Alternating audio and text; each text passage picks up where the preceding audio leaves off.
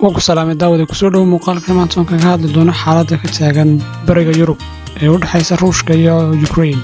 Haddii aan rabno inaan ka faalloono xaaladda u dhaxaysa labada wadan, waxaa muhiim ah inaan xasuusnaano dib ugu noqono 2014 oo ah xilliga uu Ruushku ka qabsaday jasiiradda Crimea waddanka Ukraine. Sidoo kale waxaa xusid mudan in la tilmaamo in waddanka Ruushku uu hor istaag ku sameeyay si aanay Ukraine ugu biirin gaashaanbuurta NATO. Ruushka ayaa muddo dheer hortaagnaa dadaallo Ukraine ay doonayso inay ugu biirto isla markaana NATO ay ku biirto oo ay ka mid noqoto xulafada NATO, taasi oo micnaheedu tahay haddii ay ku biirto in gaashaanbuurta NATO ay xuduudda Ruushka waxba u jirin.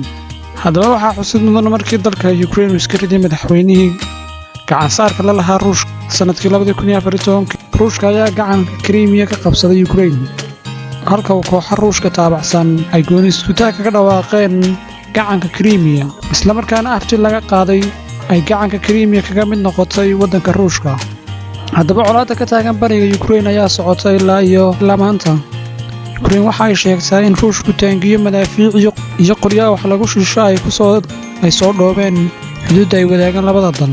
Sidoo kale waxa ay ku warramayaan in ciidamo ka badan 90,000 oo Ruushihii ay ku sugan yihiin meel u dhow xadka Ukraine, taasi oo ah arrimaha walaaca sii korinaysa.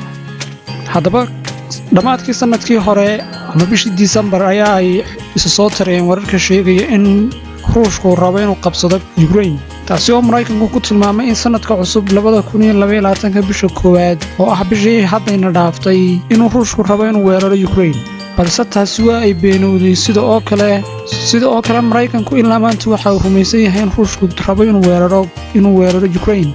Saacadihii ugu dambeeyay, madaxweynaha waddanka Maraykanka Joe Biden ayaa xaqiijiyay in uu Ruushku si walba ha ahaatee uu weerari doono Ukraine, isla markaana qabsan doono. Haddaba xaaladda ka taagan Ruushka iyo Ukraine ayaa ah mid.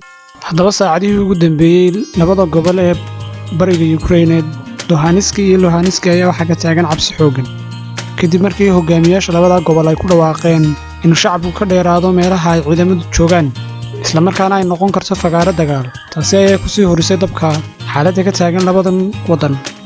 Haddaba Ruushka ayaa isagu awooddiisa oo dhan waxa uu iskugu keenay xuduudaha uu la wadaago wadamada Yurub, isla markaana ah wadannada la deriska waddanka Ukraine. Haddaba Ruushku inta badan waxa uu Yurub ka iibiyaa gaaska dabiiciga, taasi oo ku keenaysa in qaaradda Yurub ay isfurfuraan, isla markaana ay qaarna taageeraan Ruushka, qaarka kalena ay taageeraan Ukraine. Balse dagaalkani waxa uu si toos ah ugula dhexeeyaa, isla markaana daaha dibadiisa laga maamulaya uu yahay quwadaha Ruushka iyo Maraykanka, maadaama uu NATO u horkacday waddanka Maraykanku. Maraykanka ayaa geeyay ciidamo badan dhammaadkii sanadkiina dhaafay, isla markaana waxa uu diray maraakiibtiisa dagaalka iyo diyaaradihiisa casriga ah. Ukraine waxa ka socda dagaal uu ku soo qaaday Ruushku, kaasi oo uu qorsheeyay dhammaadkii sanadkii hore 2021. Muddooyinkii ugu dambeeyay waddanka Maraykanka ayaa ka digayay in waddanka Ruushku uu rabo inuu weeraro Ukraine, balse Ruushku waa uu beenin jiray arrinkaas.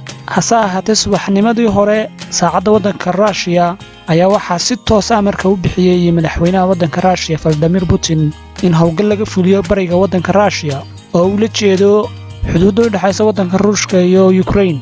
Haddaba daqiiqada kadib markii amarkaasi uu bixiyay madaxweynaha waddanka Russia Vladimir Putin, gudaha waddanka caasimadda Ukraine ee Kiev ayaa waxaa laga maqlay qaraxyo, taasi oo ah gantaalo uu Ruushku ku soo tuuray gudaha waddanka Ukraine. Haddaba markii dagaalku sidaa ku bilaabmay, waxaa ilaa haatan socda qaraxyada iyo gantaalaha uu ku soo garaacayo Ruushku waddanka Ukraine.